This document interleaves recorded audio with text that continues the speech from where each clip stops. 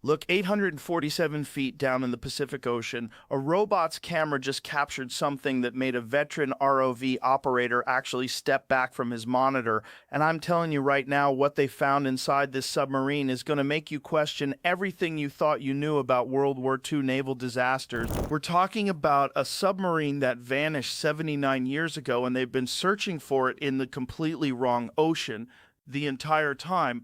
Millions of dollars, hundreds of dives, the most advanced sonar equipment you can imagine, and they were looking in the wrong place because of one translation error in a Japanese document from 1945. But here's where it gets absolutely insane. When they finally found this thing, when the cameras got close enough to see inside, they realized the crew didn't die the way the Navy said they did. They didn't die the way anyone thought they did. What actually happened in those final hours is so much worse than enemy torpedoes or depth charges or any conventional warfare scenario you can think of. The boat is sitting there completely intact, upright on the seafloor, like it just decided to park itself and wait. Serial numbers match. It's definitely the right submarine. But something is immediately wrong with the whole scene. The exterior hatches are in positions that violate every single protocol ever written for submarine operations. The debris field around it doesn't match any known attack pattern. And when they got the ROV inside the control room, they saw that the crew was doing something they should absolutely never attempt under any circumstances. This submarine was legendary in the Pacific Fleet. I'm talking about one of those boats that other crews whispered about. The kind of combat record that makes you either incredibly respected or incredibly feared, depending on which side of the war you're on. Successful engagements, confirmed kills, the whole 9 yards. These weren't rookies. These were some of the best submarine operators the Navy had. Their final patrol started normally, routine mission parameters, experienced crew, everything by the book. Then they went radio silent, which is standard procedure. You don't broadcast your position to every Japanese listening post in the Pacific. But here's the thing, they never broke that silence. No distress call, no final transmission, no SOS, nothing. They just vanished. The Navy declared them lost with all hands, enemy action, case closed. Families got the telegrams, the flag-folded ceremonies, the condolences from officers who had no idea what actually happened. For 79 years, those families believed their fathers, their brothers, their sons died fighting the enemy. That's what they were told. That's what the official record says. What the ROV footage is showing right now suggests something completely different, and I mean completely different. We're not talking about a minor detail being wrong. We're talking about the entire cause of death being misattributed for 8 decades. The expedition that found this wreck wasn't even supposed to be looking in this area. They were finishing up a survey of a completely different region when a researcher back on land, a guy named Dr. James Mitchell from the Naval History Archives, he's going through digitized Japanese war records at 2 in the morning, because that's what obsessive historians do.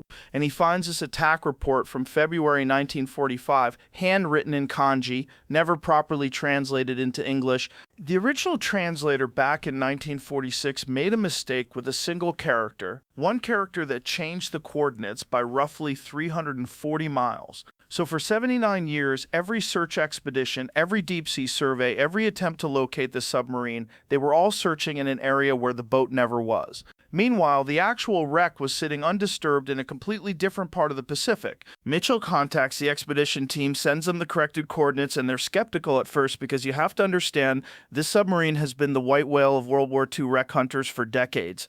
Multiple teams have claimed to have leads. All of them went nowhere. But Mitchell's credentials are solid, his research is thorough, so they decide to do one pass through the corrected search zone before heading back to port. 6 hours into the survey, their sonar picks up a target. Size and shape are consistent with a submarine hull, but they've had false positives before. Underwater rock formations can look like man-made objects on sonar. They deploy the ROV, this thing is a technological marvel, can operate at depths up to 3,000 feet, equipped with 4K cameras and manipulator arms and enough lighting to turn midnight at the bottom of the ocean into high noon. The descent takes about 40 minutes, and the whole time the team on the surface is watching the depth gauge climb, watching the ROV's camera feed show nothing but particles in black water. Then at 847 feet, the lights hit something. The ROV pilot, guy named Marcus Chen, who's been doing this for 15 years, he sees the shape materializing out of the darkness, and his hand actually freezes on the controls. It's a submarine, no question, but the condition is remarkable. Most wrecks at this depth have significant damage, corrosion, biological growth, decades of deterioration. This one looks like it sank last year instead of 79 years ago. The hull is intact, she's sitting perfectly upright on her keel, and when Chen maneuvers the ROV closer to get the serial numbers, they match exactly. This is the boat. They found it. The celebration in the control room lasts about 30 seconds, because that's how long it takes for people to start noticing the details that don't make sense. The forward escape hatch is partially open, which should be impossible. Those hatches are designed to be sealed from the inside. They don't just pop open on their own. The conning tower hatch is also open, not blown off by explosion, just open like someone climbed through and forgot to close it behind them. Chen pilots the ROV around the hull, documenting everything, and the debris field is wrong. When a submarine gets attacked, you get a specific pattern of wreckage, torn metal, scattered equipment, the signature of explosive force. This debris field is too neat, too organized. It looks more like things were deliberately placed outside the hull rather than blown out of it. Then they spot something that makes everyone in the control room go silent. The deck gun, this is a 3-inch cannon mounted on the forward deck for surface combat. It's in the stowed position, locked down, secured, exactly where it should be for underwater operations. But the ammunition lockers next to it are open and there are shells scattered on the deck. Why would you open ammunition lockers and then not deploy the gun? Why would shells be loose on deck instead of loaded or secured? It doesn't match any combat scenario, doesn't match any emergency procedure. Something happened on this boat that made the crew break protocol, and whatever that something was, it killed all of them. The ROV has a manipulator arm, basically a robotic claw that can grab objects and move debris. Chen uses it to clear some of the biological growth from a section of the hull, looking for damage, looking for the telltale signs of torpedo impact or depth charge detonation. He finds nothing. The hull is intact, no blast damage, no ruptures, no holes. This submarine wasn't sunk by enemy weapons. So if enemy action didn't sink it, what did? Chen maneuvers the ROV to one of the open hatches, the forward escape trunk, and carefully pilots the robot inside. The interior is dark, obviously no power, no lights, just whatever the ROV's own lighting can illuminate. But what they can see is preserved in disturbing detail. The forward torpedo room, 6 tubes, all loaded, all armed, none fired. The attack computer, this is the mechanical calculating device they use to set up torpedo shots. It's still set to the last firing solution the crew calculated. They were ready to shoot, they were tracking a target, and they never took the shot. Why? Personal effects are visible throughout the compartment, boots, clothing, photographs tucked into crevices where sailors kept their few possessions. But the arrangement is strange, too deliberate, like someone organized things before. Before what? Before they died? Before they abandoned the compartment? The ROV footage doesn't explain it, just shows that something was happening in here that wasn't standard operations. Chen backs the ROV out and navigates to the conning tower, trying to get into the control room. That's where the real answer should be. That's where the captain would have been, where the diving controls are, where the navigation equipment and the logbooks and all the documentation of what this crew was doing would be located. The conning tower hatch is wide open, and when the ROV gets to it, when the cameras peer down into that dark shaft leading into the heart of the submarine, everyone watching the feed sees something that makes the hair on the back of your neck stand up. There's a body in the hatch, wedged in the opening, one arm reaching upward like they were trying to climb out when they died. The preservation is remarkable and horrifying. Cold water and depth have mummified this person. You can see the uniform, see the insignia, see the hand still gripping the ladder rung, and you can see that this wasn't quick. Whatever killed this crew member, it gave them enough time to try to escape. Chen doesn't disturb the remains. That's both protocol and just human decency, but he does maneuver the ROV past the body and down into the control room. And what the cameras reveal in there is going to fundamentally change the historical record of this disaster. The control room crew is at their stations. I need you to understand what that means, because at their stations doesn't mean they died where they were working. It means they were still actively doing their jobs when they died.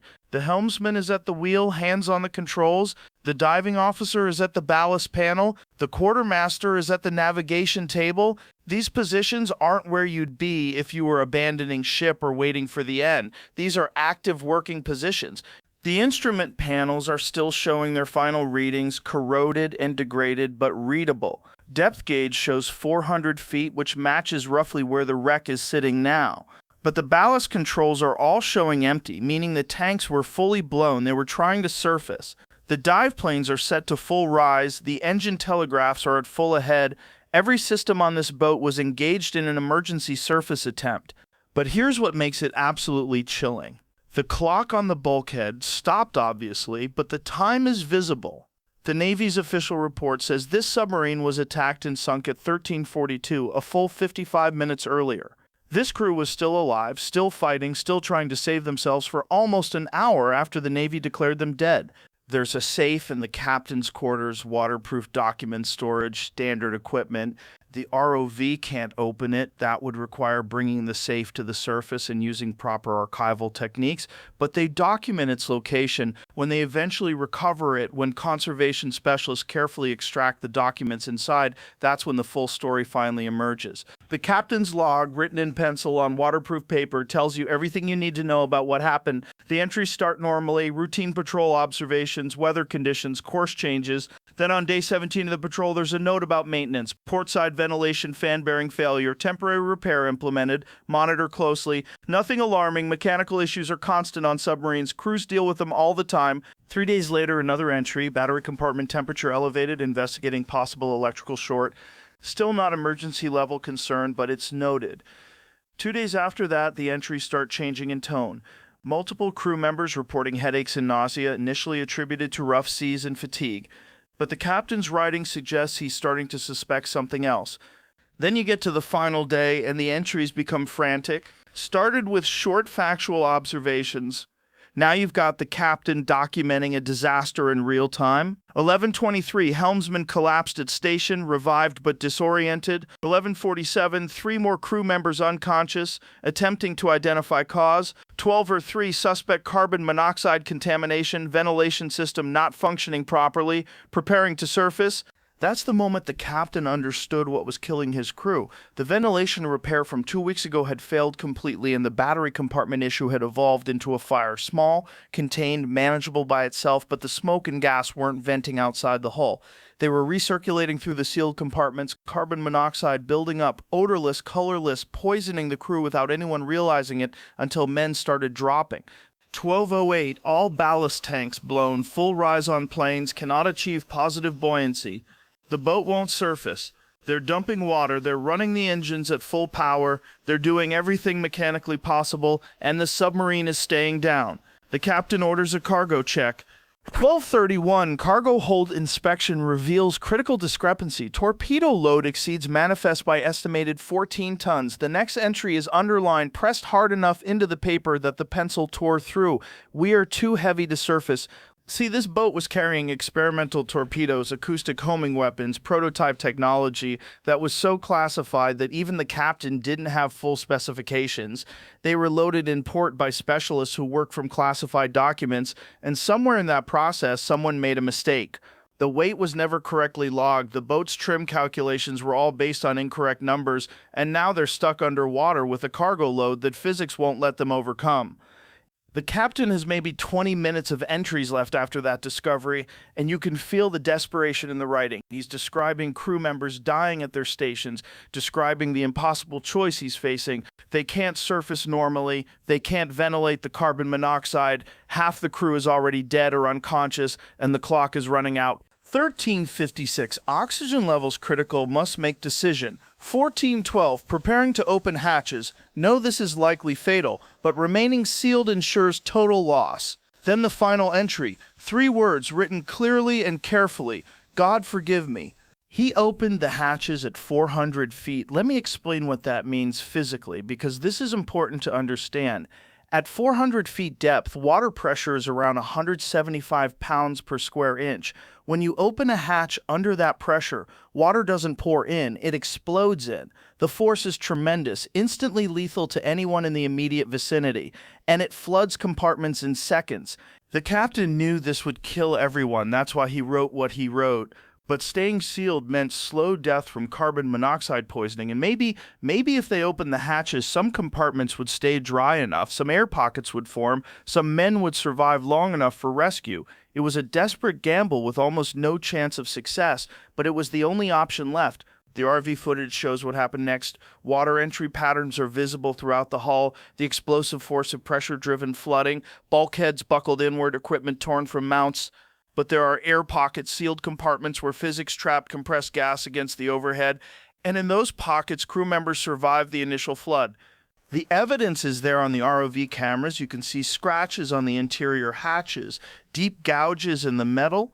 These were made after the flooding, made by men trapped in those air pockets, trying to get out, trying to reach other compartments, trying to do anything except sit there and wait to die. The metallurgical analysis done later on those scratches, the force required to make marks like that in submarine-grade steel, we're talking about people clawing at metal with tools and bare hands in absolute darkness. Time estimates based on the air volume in those pockets and the number of people who reached them. Some of those men survived 6 to 8 hours after the boat flooded. Think about that timeline. Really think about it. The captain opened the hatches around 14:15. Some crew members were still alive past 22. 8 hours in a flooded submarine in the dark in water that's maybe 45 degrees, knowing nobody is coming, knowing there's no way out. The psychological horror of that is almost incomprehensible, but the physical evidence doesn't lie.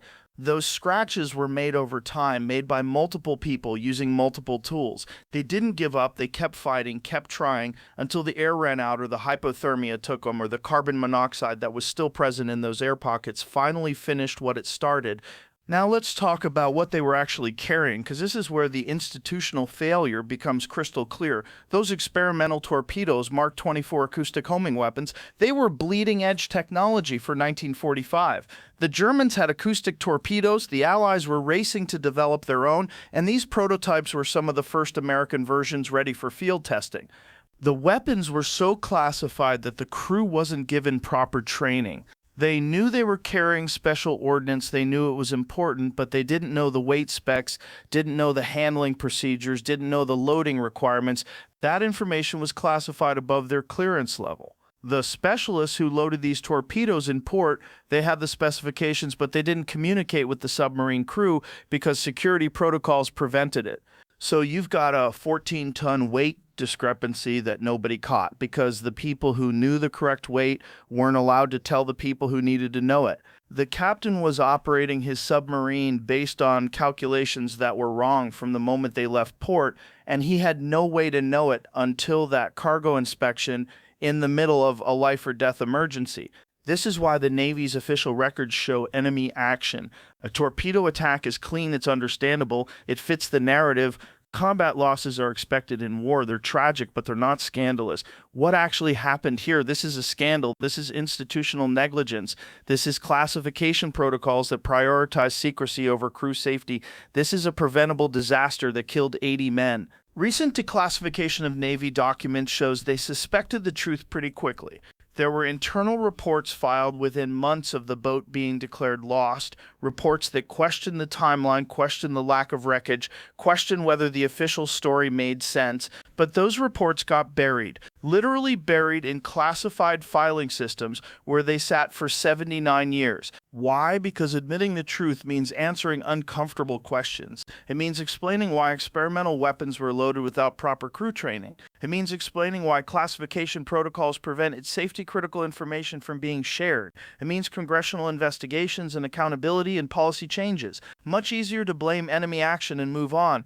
And the families lived with that lie for 8 decades. Children grew up without fathers, never knowing the real story. Wives became widows based on false information. Brothers and sisters and parents mourned men who they were told died heroically in combat, when the reality was they died from institutional failure and bad policy. How many other submarines went down this way?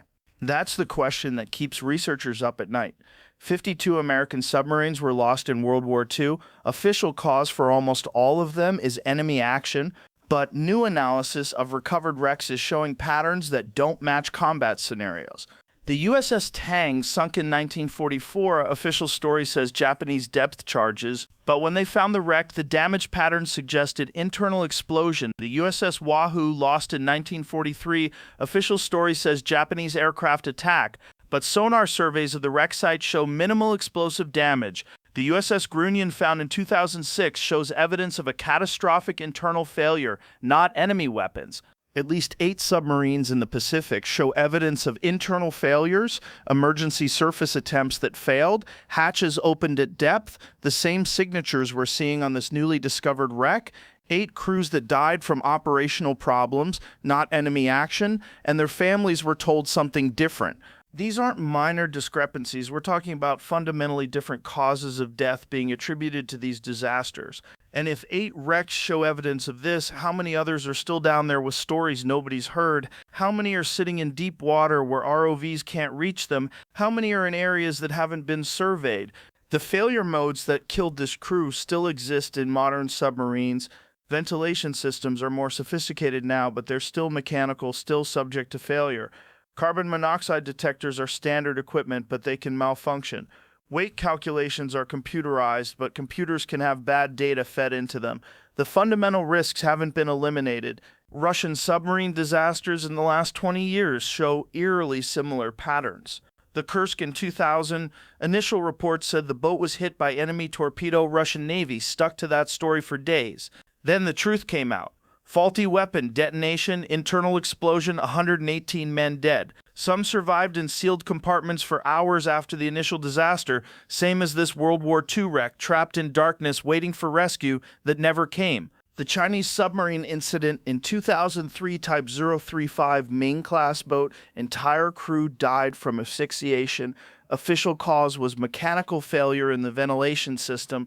Sound familiar? 70 men dead because a mechanical system didn't work correctly. This isn't ancient history. This is happening in modern navies with modern technology and presumably modern safety protocols. The lessons from this World War II disaster weren't fully learned, or they were learned and then forgotten, or they were learned by the bureaucrats who write safety manuals but never communicated down to the crews actually operating the boats. Because if we truly learned these lessons, these modern disasters wouldn't keep echoing the same patterns. The wreck site is now designated as a war grave, which is appropriate. 80 men died there. Their remains are still inside. Disturbing the site would be both disrespectful and illegal under maritime law.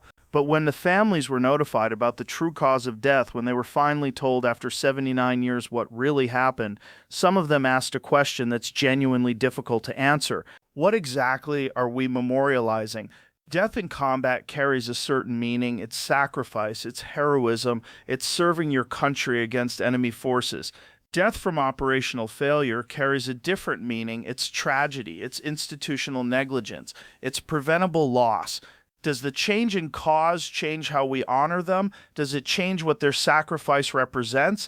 The men are equally dead either way. They served their country, they followed orders, they died in the line of duty. Does it actually matter whether they were killed by enemy weapons or by bad policy and classification protocols? Some families say no, dead is dead, their service is what matters. Other families say yes, it absolutely matters, because if we pretend every disaster was enemy action, we never fix the actual problems. If we never hold institutions accountable for the decisions that put crews in impossible situations, then we're guaranteeing this happens again. And it has happened again. That's what the Kursk and the Chinese submarine and half a dozen other modern disasters prove. We didn't learn. We told comfortable lies instead of uncomfortable truths. The current condition of this wreck is deteriorating rapidly. Saltwater corrosion is accelerating. Bacterial action is consuming the metal. Structural collapse is inevitable. The ROV footage from this expedition will be the last detailed documentation of the site before it becomes unrecognizable. Within a few decades, maybe less, this submarine will be a debris field. The evidence will be scattered and degraded beyond analysis. That's why this discovery matters beyond just solving a historical mystery. This is the last chance to get the full truth, to document what really happened, to learn the lessons that should have been learned 79 years ago. Other wrecks are out there, still waiting to tell their stories, still sitting in the dark with evidence that contradicts official narratives. The USS Bullhead, lost in 1945 in the Java Sea, never found. The USS Grayback, found in 2019 after 75 years. Location was wrong in Navy records due to translation error, same as this boat. The USS Scorpion, lost in 1968, found later but cause of sinking still disputed. The USS Thresher, lost in 1963, official story is equipment failure during deep dive tests, but some of the evidence suggests the story is incomplete. How many more are down there with stories we're not hearing because we're satisfied with the official explanations? Because reopening these investigations is politically complicated because it's easier to maintain the narrative than to face the evidence. This submarine waited 79 years to testify about what killed its crew. The robot cameras finally gave it that opportunity, but the testimony only matters if people actually listen, if institutions actually change policies, if the lessons actually get learned and implemented. The real horror of this discovery isn't the scratches on the hatches, isn't the air pockets where men died slowly, isn't even the captain's final log entry, as terrible as all of that is. The real horror is that this was preventable. Every single element of this disaster was preventable. The ventilation failure could have been caught with proper maintenance. The battery fire could have been contained with working ventilation. The weight discrepancy could have been avoided with proper communication between specialists and crew. The experimental torpedoes could have come with proper training, or better yet, could have been tested on land before being loaded onto an operational submarine with a full crew. The classification protocols could have had exceptions for safety-critical information. The Navy could have investigated properly instead of accepting the convenient explanation. Every link in the chain of events that killed these men was forged by institutional decisions, not by enemy action, not by bad luck, not by unavoidable circumstance. This happened because people made choices, and those choices had consequences. And for 79 years, those consequences were buried under a false narrative. The submarine didn't fail them. The crew didn't fail. These men did their jobs, followed their orders, fought to survive against impossible odds, and died because the institution that was supposed to protect them prioritized secrecy and convenience over their lives. That's the real story. That's what the ROV footage is documenting. That's what the scratches on the hatches are testifying to. And that institution is still operating submarines today, still classifying cargo, still making decisions about what information crews need to know versus what information is too sensitive to share. The question is whether we've actually learned anything from these disasters or whether we're just better at managing the public relations now. Because the ocean keeps every secret we give it, and it only confesses when we bring enough technology and enough persistence and enough willingness to hear answers we don't want to hear. This wreck confessed because someone finally asked the right questions and brought the right tools to document the evidence. But confession without accountability is just documentation. It doesn't change anything. It doesn't prevent the next disaster. The ROV is still down there, still filming, still documenting. Every frame of footage is another piece of testimony from a boat that can't speak but can show you exactly what happened if you're willing to look. The manipulator arm carefully moves debris. The cameras capture every angle. The sonar maps every contour.